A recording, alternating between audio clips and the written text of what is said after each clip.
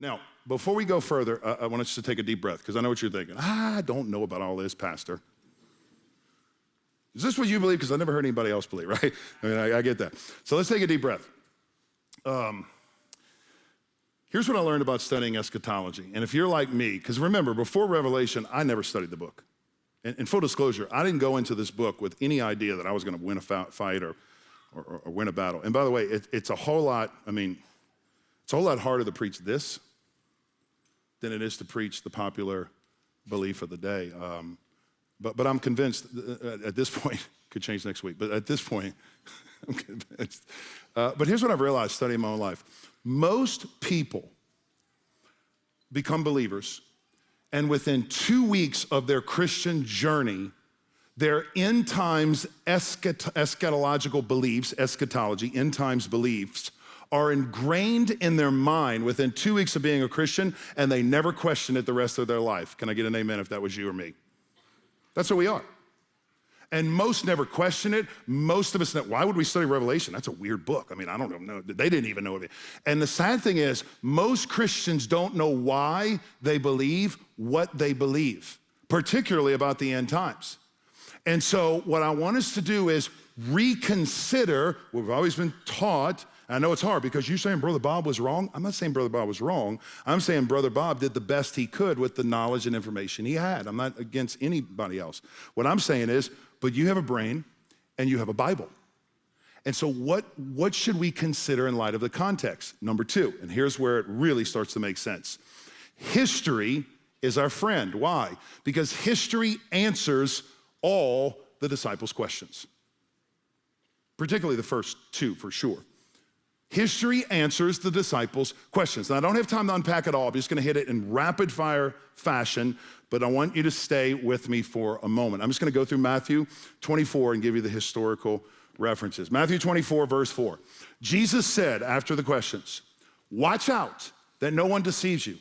For many people are going to come in my name saying, 'I am the Messiah,' and they will deceive many." I always thought that was some future event, but notice history. Right after Jesus dies, some man comes up in Samaria and claims to be the Messiah. He said, "I'm the Messiah." Jesus wasn't the Messiah, I'm the Messiah. Pontius Pilate, who's still in office to 36 AD, gets wind of this, knows the potential risk of Jesus, shuts it down, and kills thousands of Jews in the process. Two other so-called messiahs we know about from the book of Acts. Acts chapter 5, Gamaliel is speaking on behalf of John and Peter. Remember this? And he's basically saying, if this isn't of God, it'll stop. But if it's of God, it won't stop, right? And he gives two messiahs. Some time ago, Acts chapter 5, verse 36. Some time ago, Theudas rose up, claiming to be somebody. I love that, meaning the Messiah, claiming to be somebody. And a group of about 400 men rallied to him. He was killed, and all his followers were dispersed and came to nothing. The movement ended. Verse 37, after this man, Judas the Galilean rose up in those days of the census and attracted a following. He also perished, and all his followers were scattered. This is really perplexing to think about, but watch this. In the 100 years prior to Jesus' birth, and in the 100 years after Jesus' death, guess how many people rose up and claimed they were the Messiah? I'm the man. And that doesn't just mean like, hey, follow me, I'm gonna start planting a church. No, this means follow me, we're gonna take over the American government, literally. We're marching to Washington in our terms, and back then, we're marching to Rome, and we're gonna dethrone Caesar. That's what that meant, okay? Guess how many people 100 years before and after Jesus rose up and claimed, I'm the man. That was a good guess, though. That is a really good guess. What's the next option besides 7? 12, there you go. Thanks, Justin. Yeah, 12, right? No significance to that. But anyway, other than 12 guys rose up and claimed to be the Messiah. Verse 6. Jesus said, you're gonna hear of wars that are gonna happen, rumors of wars. See that you're not alarmed, because these things must take place, but the end is not yet. The end of what? The end of the age, which was the end of the temple of their existence. You gotta remember, that's how they thought. For nation will rise up against nation, kingdom against kingdom. There will be famines and earthquakes in various places. All these events are the beginning of labor pains. Now, when a woman starts to have labor pains, what comes next? Not long after. A birth. Not 2,000 years later. You don't have labor pains. You're like, nope, that's not, no. That's a joke. I got to make jokes because y'all are tense, okay? But you ought to see my position today, right? But let's just look at history. Look at history. Wars were rampant in the Roman Empire. In fact, there was a war even in the Roman Empire that broke out 18 months in total. This is crazy. In 18 months, 4 Roman emperors either were killed or committed suicide in 18 months. In 66 AD, 50,000 Jews were massacred and slaughtered in Alexandria. 20,000 the same year were slaughtered in Caesarea. 50,000 Jews more were slaughtered in Seleucia. Acts chapter 11 gives us a picture of this. This is the Acts 11:27, real-time response. In those days, some prophets came from Jerusalem to Antioch. One of them was a man named Agabus. Agabus stood up and predicted by the Spirit that there would be a what? Severe or great famine throughout the pagan world. And it was.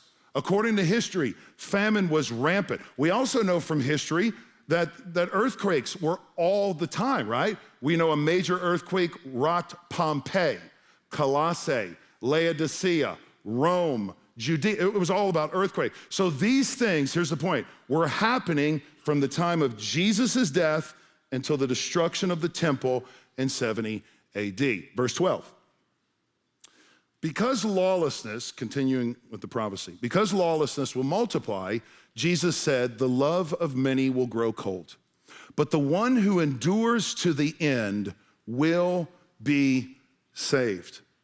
This good news of the kingdom will be proclaimed in all the world as a testimony to all nations, and then the end will come. And at this point, you're like, all right, I got you.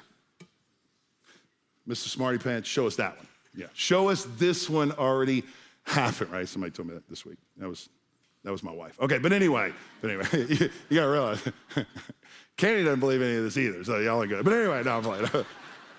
But seriously, you ought to see the debate settle. But anyway, she's getting closer. She's getting closer. Okay. No, here's the deal. You got to take it at face value. I've preached this before. I've even used this as a missional passage. Some of you in ministry use this. Listen, Jesus promised that the gospel has to go to the end of the world, to all people groups. That's the word I use.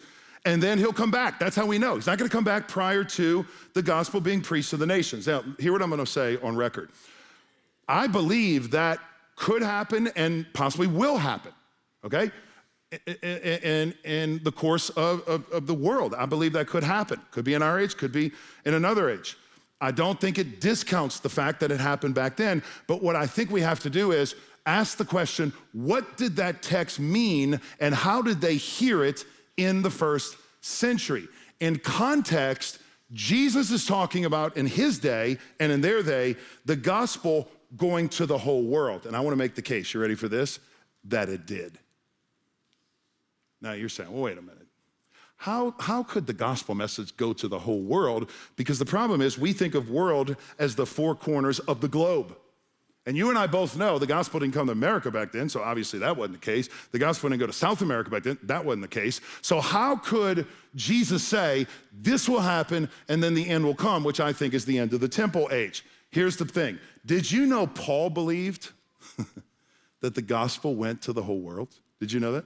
Romans chapter 1, verse 8. First, I thank my God through Jesus Christ for all of you, talking to the Romans, for all of you, because the news of your faith is being reported in all the world. Come on, Paul. Come on, man. Really? How can it go to the whole world? Paul says it again, Romans 10:18. But I ask, did they not hear the gospel? Yes, they heard the gospel. Their voice has gone out to the whole, what? Earth, and their words to the ends of the world. I'll give you 3 more, but for time I won't. You have to change your perspective of what the word world means.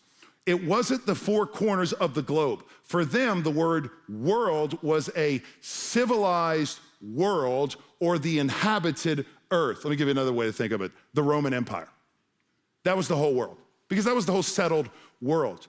People thought of the world in the Roman Empire. So the gospel was going to the whole world. Acts chapter 4, when these disciples come to town, these guys are turning the what? Whole world upside down. Now, what about Hawaii? No, the whole civilized world. When they went out and preached the good news of the gospel, Jesus says the end will come. What end? Not some apocalyptic, futuristic, 2,500 years later. No. The end of the temple coming close, which was the end of everything for them.